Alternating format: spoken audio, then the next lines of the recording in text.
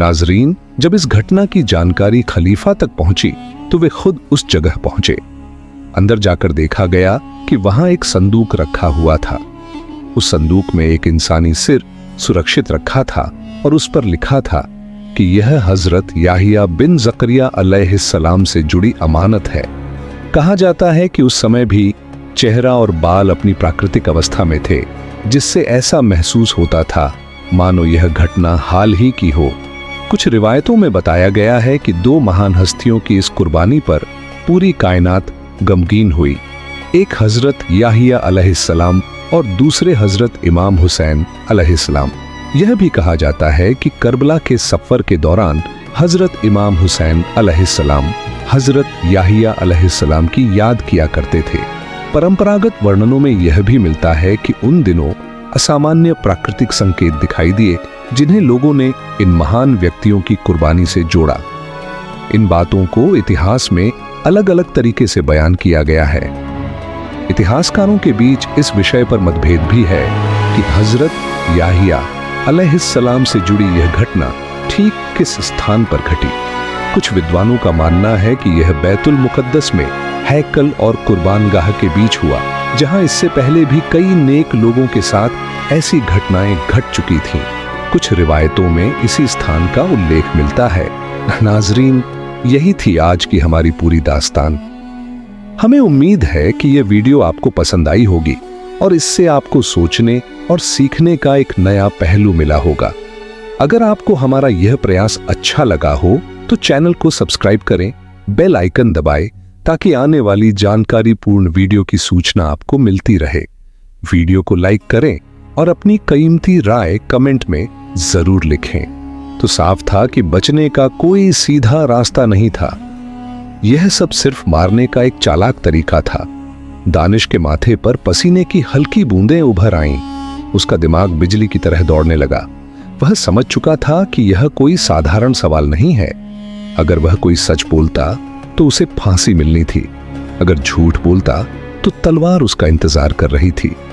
सुल्तान जावर जोर से हंसा और बोला, क्या हुआ दानिश, जुबान बंद क्यों हो गई? मैं तुम्हें बस 1 मिनट देता हूं।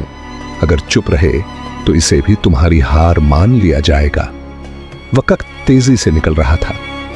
सज्जा देने वाला अधिकारी एक बार फिर अपने औजारों को ठीक करने लगा। दानिश को लगा जैसे मौत बिल्कुल उसके सामने खड़ी हो। उसने भीड़ की तरफ देखा। कुछ लोग दिल ही दिल में उसके लिए दुआ कर रहे थे, तो कुछ डर के मारे आंखें बंद किए खड़े थे। फिर उसने सुल्तान की तरफ देखा, जिसके चेहरे पर जीत का भरोसा साफ झलक रहा था। तभी अचानक दानिश के चेहरे से घबराहट गायब हो गई। उसकी आंखों में एक अलग ही चमक आ गई, ऐसी चमक जो ताकत से नहीं समझ से पैदा होती है। उसे बादशाह की शर्त में एक ऐसी कमी दिख गई थी जो घमंड में डूबा सुल्तान देख ही नहीं पाया था। सुल्तान ने आखिरी बार कहा, बोलो, सच या झूठ, फांसी या तलवार? दानिश ने गहरी सांस ली और शांत स्वर में पूछा, बादशाह सलामत, क्या आप अपने वादे पर पूरी तरह कायम हैं? सुल्तान गुस्से से बोला, बादशाह की जुबान पत्थर की लकीर होती है। दानिश हल्का सा मुस्कुराया, तो फिर मेरा जुमला सुन लीजिए। पूरा मैदान जैसे थम गया। हजारों लोगों की सांसें रुक गईं। हर निगाह दानिश के होंठों पर टिकी थी। दानिश ने एक बार सज्जा देने वाले औजारों की ओर देखा, फिर सुल्तान की आंखों में आंखें डालकर ऊंची आवाज में कहा, मुझे तलवार से मारा जाएगा। कहते ही पूरे दरबार में सन्नाटा छा गया। किसी को समझ नहीं आया कि यह क्या कहा गया है। सुल्तान के चेहरे से मुस्कान गायब हो गई। वह कुछ पल तक चुपचाप दानिश को घूरता रहा।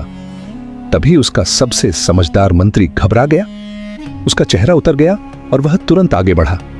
धीमी आवाज में बोला, हुजूर, हम फंस गए हैं। सुल्तान झुंझलाकर बोला, कैसे? उसने तो साफ कहा है कि उसे तलवार से मारा जाएगा। मंत्री ने धीरे धीरे समझाया, अगर आप इसे तलवार से मारते हैं तो इसका वाक्य सच साबित होगा और आपकी शर्त के मुताबिक सच होने पर फांसी दी जानी थी, और अगर आप इसे फांसी देते हैं तो इसका वाक्य झूठ होगा और आपकी शर्त के मुताबिक झूठ पर तलवार चलनी थी। यह सुनते ही सुल्तान के पैरों तले जमीन खिसक गई। वह समझ गया कि उसने खुद अपने लिए जाल बुन लिया है। पूरा दरबार अब सरगोशियों से भर गया था। लोगों की आंखों में डर की जगह हैरानी और तारीफ नजर आने लगी थी। एक निहत्थे कैदी ने सिर्फ अपनी अकल से सबसे ताकतवर बादशाह को रोक दिया था। दानिश शांत खड़ा था। उसने विनम्र स्वर में कहा, बादशाह सलामत, अब फैसला आपके हाथ में है। सुल्तान जावर की हालत पहली बार ऐसी थी। वह जानता था कि अगर आज अपनी बात से पीछे हटा तो उसकी इज्जत हमेशा के लिए मिट जाएगी। आखिरकार मंत्री ने सलाह दी, हुजूर, यही बेहतर है कि आप इसे माफ कर दें और इसे अपनी रहमदिली का नाम दें। सुल्तान ने कुछ पल सोचा। उसके पास कोई और रास्ता नहीं था। वह खड़ा हुआ और भारी आवाज में बोला, दानिश, हमने तुम्हारी समझ की कदर की है। आज हम तुम्हें आजादी देते हैं। जैसे ही यह फैसला सुनाया गया, पूरे मैदान में राहत की लहर दौड़ गई। सजा देने वाले अधिकारी ने आगे बढ़कर दानिश की जंजीरें खोल दी। लोहे की बेड़ियां जमीन पर गिरीं और उनकी आवाज आजादी की आवाज बन गई। दानिश ने अपनी कलाई देखी, फिर सुल्तान की तरफ सम्मान से सिर झुकाया। न कोई ताना, न कोई घमंड, बस एक शांत मुस्कान। दानिश ने हल्की सी मुस्कान के साथ सिर हिलाया और मैदान से बाहर की ओर चल पड़ा। हजारों लोगों की भीड़ अपने आप उसके लिए रास्ता बनाती चली गई। हर नजर उस नौजवान पर टिकी थी जिसने निहत्था होकर मौत को मात दे दी थी। दानिश तो चला गया, लेकिन सुल्तान जावर अपने तख्त पर अकेला रह गया। वह शरीर से वहां मौजूद था, मगर भीतर से बुरी तरह टूट चुका था। आज पहली बार उसे समझ आया कि तलवार चाहे लोहे की हो या सोने की, वह इल्म और समझ का गला नहीं काट सकती। इस घटना के बाद लोगों के दिलों से बादशाह का अंधा डर खत्म हो गया। उन्हें पता चल गया था कि जालिम चाहे कितना ही ताकतवर क्यों न हो, उसे भी अकल से हराया जा सकता है। दानिश की रिहाई कोई मामूली बात नहीं थी। जिस पल वह जंजीरों से आजाद होकर मैदान से बाहर निकला, उसी पल सुल्तान की सल्तनत की नींव हिल गई। बरसों से खड़ी की गई डर की दीवार, जो तलवार और जुल्म के सहारे टिकी थी, एक ही झटके में गिर चुकी थी। अब गलियों में, चायखानों में और घरों के भीतर सुल्तान की दहशत नहीं, दानिश की समझ और हिम्मत की बातें होने लगी।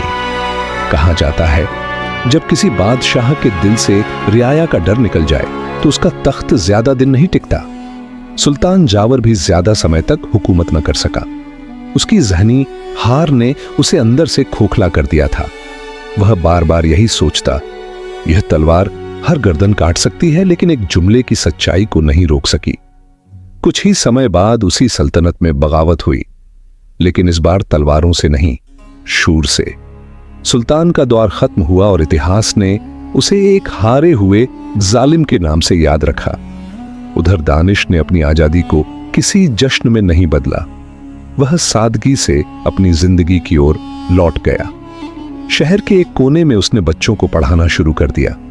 जब लोग उससे पूछते, मौत के सामने खड़े होकर भी तुम इतने शांत कैसे रहे, दानिश मुस्कुराकर कहता, तलवार सिर्फ जिस्म को खत्म कर सकती है, सच और इल्म को नहीं।